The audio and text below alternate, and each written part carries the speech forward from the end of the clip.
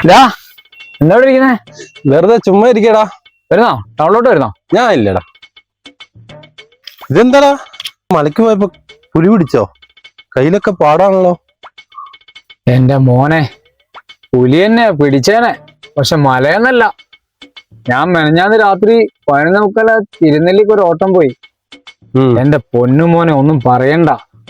തിരിച്ചു വരുമ്പോ നമ്മളാ മറ്റേ പുഴയെത്തുന്നിടത്തൊരു വലിയ വളവ് കണ്ടോ നീ? വളവെന്നൊരു പുലിയന്റെ പുറകെ കൂടിയില്ലേ?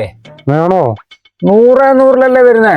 ഞാൻ പരമാവധി വിട്ട് ആ പാലത്തുനിന്ന് സ്ഥലം കണ്ട നീ? അവിടെ ഒരു ഗ്യാപ്പ് ഉണ്ടോ? ഞാൻ അങ്ങോട്ട് വലത്തോട്ട് ഒറ്റ അടുപ്പിക്കലങ്ങ് അടുപ്പിച്ച് നോക്കുമ്പോ പുലി ഇതിലങ്ങനെ ചാടിങ്ങ് കേറാൻ നിൽക്കല്ലേ.